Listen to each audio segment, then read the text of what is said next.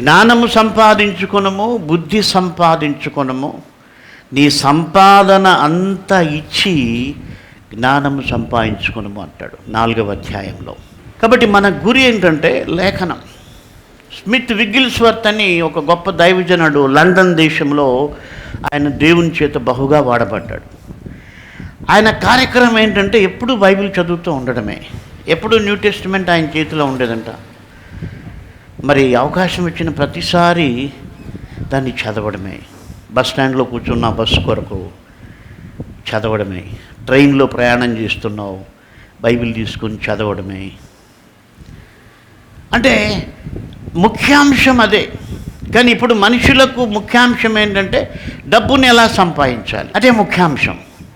ఏమేం చేయాలి.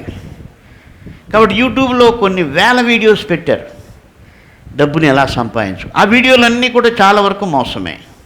అంటే వాడు డబ్బు సంపాదించుకోవడానికి, మనుషుల్లో ఉన్న ఈ యొక్క వీక్ పాయింట్ని ఎన్కాష్ చేసుకోవడానికి నెలకు 60,000 సంపాదించడం ఎలాగా, ₹1,00,000 సంపాదించాలి టంబ్నైల్స్ పెడితే మనుషులు కుప్పలు కుప్పలు చూస్తారు. ఎందుకంటే మనుషుల్లో అది ఉంది, డబ్బు సంపాదించాలి. అయితే బైబిల్ చెప్తుంది సంతృష్టి సహితమైన భక్తి గొప్ప లాభ సాధనం.